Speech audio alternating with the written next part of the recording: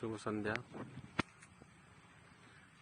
आपण मानकु मनोरंजन टीवी को स्वागत जनाऊँ मो मनोरंजन। आज आम अच्छु माँ तारिणी डोरी लगी माँ डोरी लगी माने कहीं छाड़ी जापर सी ममतामयी माँ सी माँ सी शक्ति सी शांति सब तारुछु बोली नमस्तस्मी नमस्तस्मी तारिणी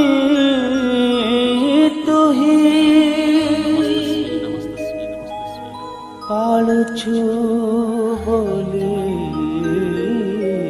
ओडिशार तू माँ दुग्धाटारे अछि पालुछु बोली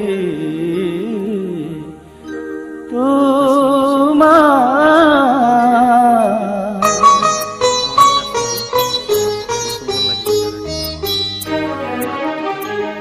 तारुछु बोली तारिणी तू ही पालुछु बोली तू माँ पालुछु बोली तू। तारिणी को पीठर जी पूजक नना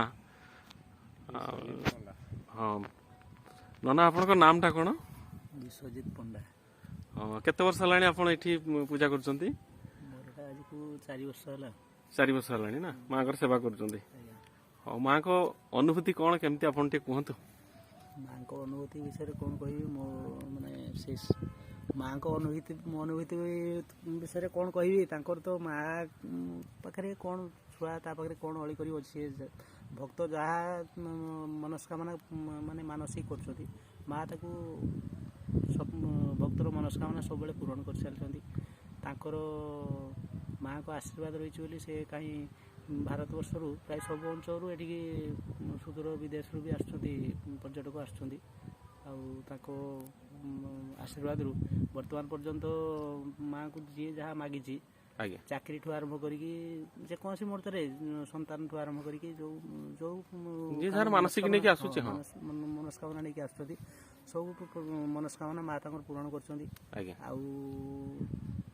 पिला चुटी बढ़िया आरंभ करी आमर ये विवाह भी संपन्न कराऊँगी अन्य कार्यक्रम बहुत रक हो माँ वर्ष को 4टा पर्व हुए मुख्य रोचे मकर रु आमर 17, 18, 19 वार्षिक उत्सव होती माँ प्रथम 4 बेश भितर प्रथम रोचे राजराजेश्वरी बेश हुए द्वितीय चैती पर्व हुए चांदी बेश विपत्तारिणी व्रत पुष्प बेश हुए सुनावेश वर्ष रे गोटे दिन हुए रास पूर्णिमा दिन सुनावेश हुए माँ एमती तो प्रत्येक दिन पूजा प्रत्येक दिन चलती तो सही भितर पूजा कई बेले माँ पाखे भक्त समागम ये कोविड बर्तमान कम रही जन समागम आसुना कम अच्छी कोविड तो सब आड़े से आगु प्रत्येक दिन माँ पाखे एमती भिड़ लगे आम भी जानीपारूनी समय एमती माने बीती चल थाए माँ पाखे माने नड़िया भांगी भांगी केतले भी हाथ माने हाथ पिसई पड़े जे आम माँ कम कर माँ को आशीर्वाद रू गोटे गोटे दिन प्राय 1008 नड़िया के दिन 108 नड़िया एमती पिटी पिटी प्रत्येक दिन प्राय 1000 नड़िया फटा हो से भीतर भी क्लांत लगे केत भी माँ जमती माने सब स्नेह श्रद्धा जी गोटे पिला प्रति जी रुहे स्नेह रुहे सी से सब आमको से करुणा टी दौरान तो तांको आशीर्वाद एपर्यंत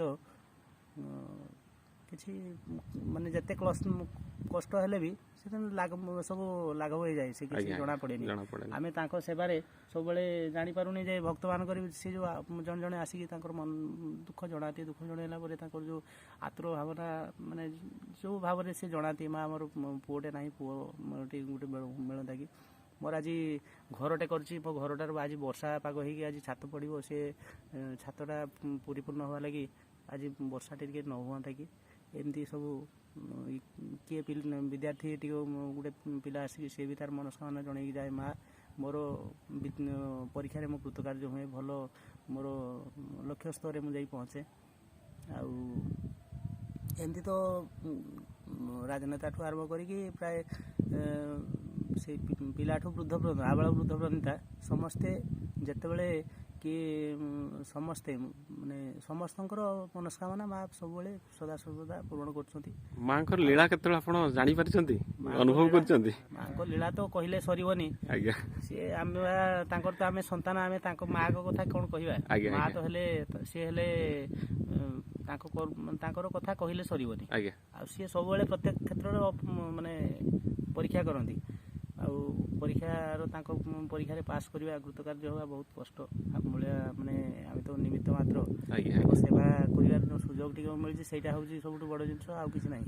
ଧନ ସମ୍ପତ୍ତି ସବୁ ମିଳିବ କିନ୍ତୁ କିଛି ନେଇକି ଯିବାର ନାହିଁ। ଯେତିକି ଦିନ ସେଇ ମାଆଙ୍କ ଆଶୀର୍ବାଦ ଟିକେ ଥାଉ, ତାଙ୍କ ସେବା କରି କରି ଜୀବନ ଟିକେ ଯାଉ, ଆଉ କିଛି ନାହିଁ।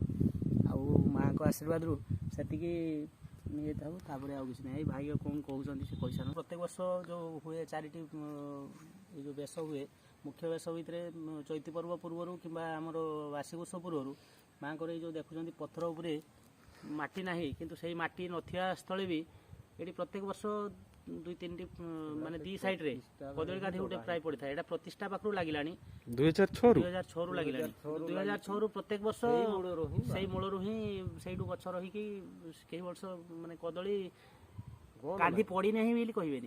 ଆଉ ମାଆଙ୍କର କଦଳୀ ମାନେ ତାର ଆମ ଘର ବାଡ଼ିରେ ଆମେ ଯେତିକି କଦଳୀ ଲଗାଉଛେ, ଏଠି କିଛି ନ ଦେଇକି ଆମେ ସାର କି ଅନ୍ୟାନ୍ୟ କିଛି ଇଏ ପ୍ରୟୋଗ କରୁଛେ, କିନ୍ତୁ ମାଆଙ୍କର ତାଙ୍କର ସେ କଦଳୀର ଏତେ ସ୍ୱାଦ, ଆଉ ସେଇଟା କହିହେବନି, କଥାରେ ଆମେ କହିହେବନି। ସିଏ ଯିଏ ତାକୁ ତାର ପ୍ରସାଦ ଟିକେ ପାଇଛି ସିଏ ଜାଣିଛି ମାଆର କେତେ ମହିମା କି କ'ଣ। ପ୍ରସାଦ ଟିକେ ପାଇଁ ମାନେ କେତେବେଳେ ବି ଏମିତି ଜଣେ ଜଣେ ଭକ୍ତ ଆସନ୍ତି, ସେଦିନ ପ୍ରସାଦ ଥିବନି, ସେ କାନ୍ଦି କାନ୍ଦି କୁହନ୍ତି ମା ଆଜି ବହୁତ ଦୂରରୁ ମୁଁ ଆସିଥିଲି, ଟିକେ ପ୍ରସାଦ ମୋତେ ମିଳିଲାନି। ଆଉ କେଦିନ ଯିଏ ଯାହା ଭାଗ୍ୟରେ ପଡ଼େ ସେ କହେ ଯାହା ମୋ ଭାଗ୍ୟରେ ଥିଲା, ମୁଁ ଆଜି ପ୍ରସାଦ ଆଶୀର୍ବାଦ ଟିକେ ପାଇଛି। ଏମିତି ତ ମାଆଙ୍କର କେତେବେଳେ ବି କିଏ ଆସୁଛନ୍ତି, ପହଡ଼ ପଡ଼ିଯାଇଥିବ, କାନ୍ଦି କାନ୍ଦି ମାଆଙ୍କ ପାଖରେ, ସେଠୁ ଜଣେ ଭକ୍ତ ସେଦିନ ଆସିଲେ ଦିନେ, ପୁରା ସେ ତଳ ପାଖରୁ ସେ ଗଡ଼ି ଗଡ଼ି ଗଡ଼ି ଗଡ଼ି ଆସିଲେ। ମାନେ ଆମକୁ ଦେଖିଲା ବେଳକୁ ବି ମନେ ମନେ ଭାବିଲା ଯେ ମା ତାଙ୍କୁ ଏତେ ଇଏ କଲେ, ଯେ ତାଙ୍କ ମାଆଙ୍କ ପ୍ରତି ଏତେ ଶ୍ରଦ୍ଧା ଆସିଲା, ସେ ତଳ ପାଖରୁ ଗଡ଼ି ଗଡ଼ି ଗଡ଼ି ଗଡ଼ି ପୁରା ମାଆଙ୍କ ପାଖକୁ ପହଞ୍ଚିଲେ। ଯେ ଏଇଟା ତାର ମାନେ ଭକ୍ତଙ୍କୁ ତାଙ୍କୁ ମାଆଙ୍କୁ ତାଙ୍କୁ କ'ଣ କହିବେ, ମାଆଙ୍କର ଯେଉଁ ଆଶୀର୍ବାଦ ଏତେ ରହିଲା, ସିଏ ଆସିକି କାନ୍ଦି କାନ୍ଦି ପୁରା ଗଡ଼ି ଗଡ଼ି ଆସିକି ପହଞ୍ଚିକି ତାଙ୍କର ଦୁଃଖ ବେଦନା ଜଣେଇଲେ। ଆଉ ଜଣେଇକି ସେ ଯାହା ହଉ ପରେ ଆସିକି କିଛି ଦିନ ପରେ ତାଙ୍କର ଯାହା ମନସ୍କାମନା କରିଥିଲେ, ମନସ୍କାମନା ମା ପୂରଣ କରିଥିଲେ। ତାପରେ ସେ 108 ନଡ଼ିଆ ଭାଙ୍ଗିଲେ, ତାପରେ ତାଙ୍କର ଯାହା ଆଉ ସବୁ ଘୋଡ଼ା ଦାନ କଲେ, ଆଉ ସବୁ କିଛି ଦେଇକି ମାଆକୁ ତାଙ୍କ ଦୁଃଖ ଜଣେଇଥିବାରୁ ମାଆଙ୍କୁ ପାଖରେ ଆଉ କ'ଣ ମାଗିବେ। ମା ତ ଆଉ ସେ ତ ସର୍ବଜ୍ଞାତା, ସିଏ ତ ସବୁ ଜଣାଉଛନ୍ତି, ଆଉ କ'ଣ କହିବେ। ଆମ ଓଡ଼ିଶାର ଦ୍ୱିତୀୟ ତାରିଣୀ ପୀଠ ଉଦଳା ପାଖାପାଖି ଦୁଗ୍ଧଠାରେ ଅଛି। ଆପଣମାନେ ବି ଆସନ୍ତୁ।